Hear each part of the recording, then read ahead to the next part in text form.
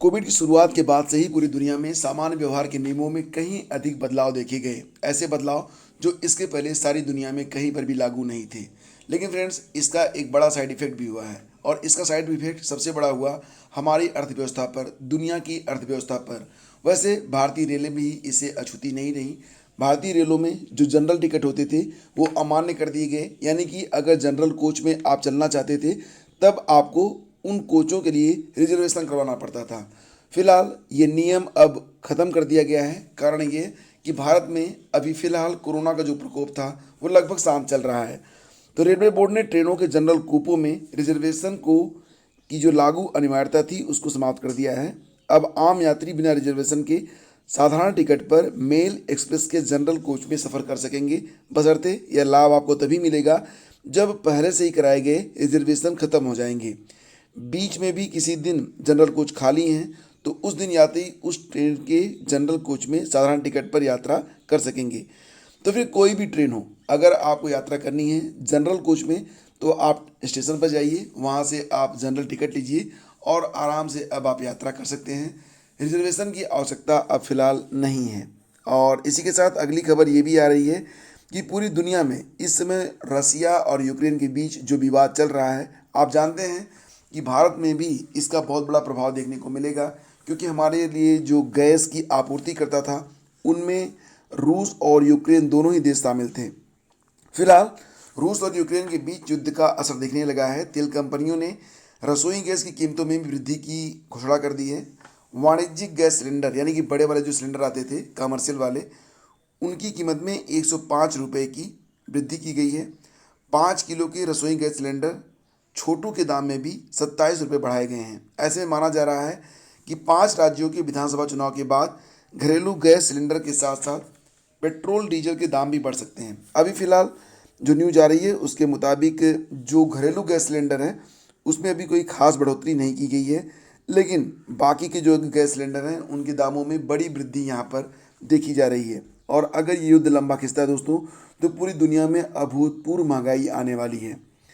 इसी के साथ आगे बढ़ते हैं, चलते हैं अगली खबर पर। यूपीटीटी पेपर लीक मामले में 4 मुख्य आरोपियों के खिलाफ आरोप पत्र तैयार किए गए हैं।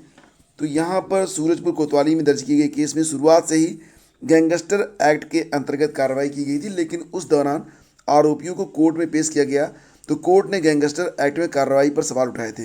लेकिन अब गहन जांच के बाद एक बार फिर आरोपियों पर गैंगस्टर एक्ट के अंतर्गत कार्रवाई कर संपत्ति जब्त करने की तैयारी शुरू कर दी गई है। तो पूरा मामला क्या है यह आप जानते ही होंगे। उत्तर प्रदेश शिक्षक पात्रता परीक्षा 2021 पेपर लीक केस के 4 मुख्य आरोपियों व मास्टरमाइंड के खिलाफ एसआईटी ने आरोप पत्र तैयार किया है। इसमें सचिव परीक्षा नियामक प्राधिकारी संजय उपाध्याय और प्रश्न पत्र मुद्रण करने वाली कंपनी के निदेशक राय अनूप प्रसाद, दिसंबर में लखनऊ से गिरफ्तार किए गए व्यापम घोटाले के आरोपी संतोष चौरसिया और कंप्यूटर लैब संचालक बलराम राठी उर्फ बबलू का नाम शामिल है। चारों आरोपियों के खिलाफ जल्द ही आरोप पत्र अदालत में पेश कर दिए जाएंगे।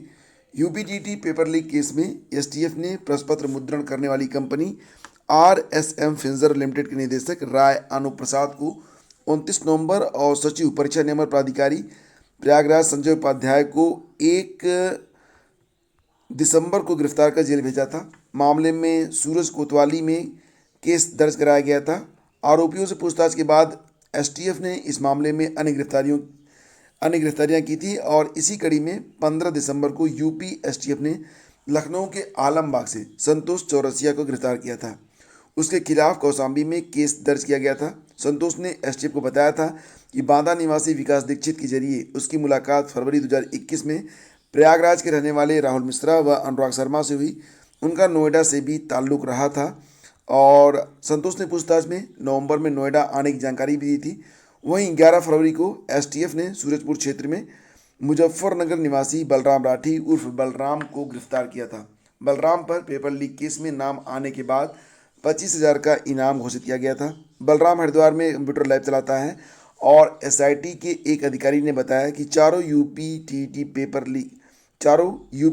पेपर लीक केस में अब तक की जांच में मुख्य आरोपी के रूप में सामने आए हैं। इनके खिलाफ चार्जशीट तैयार कर ली गई है। और देखिए फ्रेंड्स, अब नया सत्र जो है बेसिक स्कूलों में यह 1 अप्रैल से शुरू होगा, लेकिन फिलहाल उत्तर प्रदेश में तो चुनाव चल रहे हैं और फिलहाल सरकारें जो हैं वो चुनाव में लगी हुई थी और इस समय तो कोई नई तैयारी हो भी नहीं सकती है।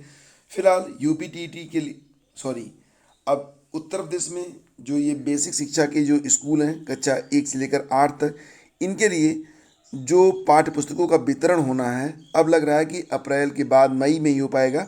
क्यों? क्योंकि बेसिक शिक्षा परिषद के स्कूलों में 1 अप्रैल से शैक्षिक सत्र 2022-23 स्टार्ट हो जाएगा, लेकिन विद्यार्थियों को निःशुल्क पाठ्य पुस्तक वितरित कराने की तैयारी अभी तक शुरू नहीं हो पाई है। ऐसे में विद्यार्थियों को अप्रैल में पाठ्य पुस्तकों का वितरण होना संभव नहीं लग रहा है। उधर विद्यार्थियों को यूनिफॉर्म, जूता, मोजा, स्कूल बैग और स्वेटर की राशि का नकद भुगतान किया जाएगा या सामग्री खरीद कर वितरित की जाएगी, इस पर भी अभी कोई निर्णय नहीं हुआ है। सूत्रों के मुताबिक नई सरकार के रुख पर इसका निर्णय डिपेंड करेगा कि नई सरकार क्या निर्णय लेती है। फिलहाल आपको पता होगा कि परिषदीय स्कूलों में कुल 1,80,00,000 विद्यार्थियों को निःशुल्क पाठ्य पुस्तकों का वितरण किया जाता है। पहली कक्षा में ही एनसीईआरटी का पाठ्यक्रम लागू किया जाना है। वहीं राष्ट्रीय शिक्षा नीति 2020 के तहत भी पाठ्यक्रम का निर्धारण होना है। विभागीय सूत्रों के अनुसार पाठ्य पुस्तक प्रकाशन को लेकर अभी तक टेंडर की जो प्रक्रिया है वो पूरी नहीं हुई है। टेंडर प्रक्रिया को पूरा करने में करीब 1 महीने का समय लगेगा। फिलहाल अब नई सरकार बनने के बाद ही इस मुद्दे पर कोई नई अपडेट आपके सामने आएगी। और इलाहाबाद विश्वविद्यालय आज से फिर से खुल रहा है और यहाँ पर जो स्टूडेंट हैं वो लंबे समय से मांग कर रहे हैं कि ऑफलाइन नहीं बल्कि परीक्षाओं को ऑनलाइन कराया जाए और इसके लिए आज टुगेदरनेस होगी, यानी कि बहुत सारे जो बच्चे होंगे वो स्कूल आएंगे, कॉलेज आएंगे, तो उसके बाद संभावना इस बात की है कि ऑनलाइन परीक्षाओं की जो मांग है वो और भी जोर पकड़ सकती है। तो फिलहाल फ्रेंड्स, इलाहाबाद विश्वविद्यालय 26 फरवरी से बंद है और विश्वविद्यालय में अवकाश से पहले उच्च स्तरीय कमेटी के सदस्यों ने छात्र प्रतिनिधियों से परीक्षाओं के मुद्दे पर वार्ता की थी। सभी छात्र प्रतिनिधियों ने ऑनलाइन परीक्षाएं कराए जाने की मांग की थी। वार्ता के बाद कमेटी ने अपनी रिपोर्ट कुलपति को सौंप दी थी, लेकिन उस पर अभी तक कोई भी डिसीजन सामने नहीं आया है। तो फिलहाल आज विश्वविद्यालय ओपन हो रहा है, उसके बाद देखते हैं कि आगे क्या अपडेट निकल कर सामने आती है। और आईआईटी समेत इंजीनियरिंग कॉलेजों में दाखिले के लिए जो जेई मेंस की 2022 की परीक्षा होगी इस वर्ष 2 सत्रों में होगी। अप्रैल और मई में National Testing Agency JEE Main 2022 के लिए ऑनलाइन आवेदन विंडो को ओपन कर दिया है। छात्र 31 मार्च तक शाम 5 बजे तक आवेदन कर सकेंगे। अप्रैल सत्र की परीक्षा 16 से 21 अप्रैल तक होगी और मई यानी कि दूसरे सत्र की परीक्षा 24 से 29 मई तक चलेगी। दोनों सत्रों की परीक्षा सुबह और शाम की शिफ्ट में होगी। जेई मेन 2022 में कई बड़े बदलाव किए गए हैं और इस बार 2 सेशन में नेगेटिव मार्किंग हुई। सभी छात्रों को ऑनलाइन आवेदन पत्र भरने के साथ ही अपने परिवार की आय भी बतानी होगी। एनटीए की वरिष्ठ निदेशक डॉक्टर साधना परासन की ओर से छात्रों के नाम अधिसूचना जारी की गई है। इसमें लिखा है कि जेईई मेन 2022 इस वर्ष 2 सत्रों में ही आयोजित होगा और दोनों सत्रों के लिए छात्रों को अलग अलग ऑनलाइन आवेदन पत्र भरना होगा। परीक्षा 16, 17, 18, 19, 20 और 21 अप्रैल को सुबह 9 बजे से दोपहर 12 बजे तक और दूसरी शिफ्ट की परीक्षा दोपहर 3 से शाम 6 बजे तक चलेगी। याद रखिएगा कि ऑनलाइन आवेदन पत्र में सुधार का मौका नहीं मिलेगा और कंप्यूटर आधारित और पेन पेपर का भी इस्तेमाल आप परीक्षा में कर पाएंगे। तो फिलहाल फ्रेंड्स, ये थी पूरी अपडेट और अगर आगे बढ़ें तो आपको बता दें कि आरटीई के तहत निजी स्कूलों में दाखिले के लिए आज से आवेदन शुरू हो रहे हैं। तो निःशुल्क और अनिवार्य बाल शिक्षा अधिकार अधिनियम के तहत निजी स्कूलों में यानी कि जो प्राइवेट स्कूल हैं उसमें ऐसे बच्चे जो अनुसूचित जाति, अनुसूचित जनजाति, सामाजिक और शैक्षिक रूप से पिछड़े हुए हैं, निःशक्त बच्चा और एचआईवी अथवा कैंसर पीड़ित माता पिता का बच्चा है, तो उनके लिए राइट टू एजुकेशन के अंतर्गत अगर वो प्राइवेट स्कूल में इन बच्चों को पढ़ाना चाहते हैं तब इसके लिए ऑनलाइन आवेदन की प्रक्रिया शुरू हो रही है आज से और इसके लिए 25 मार्च लास्ट डेट है।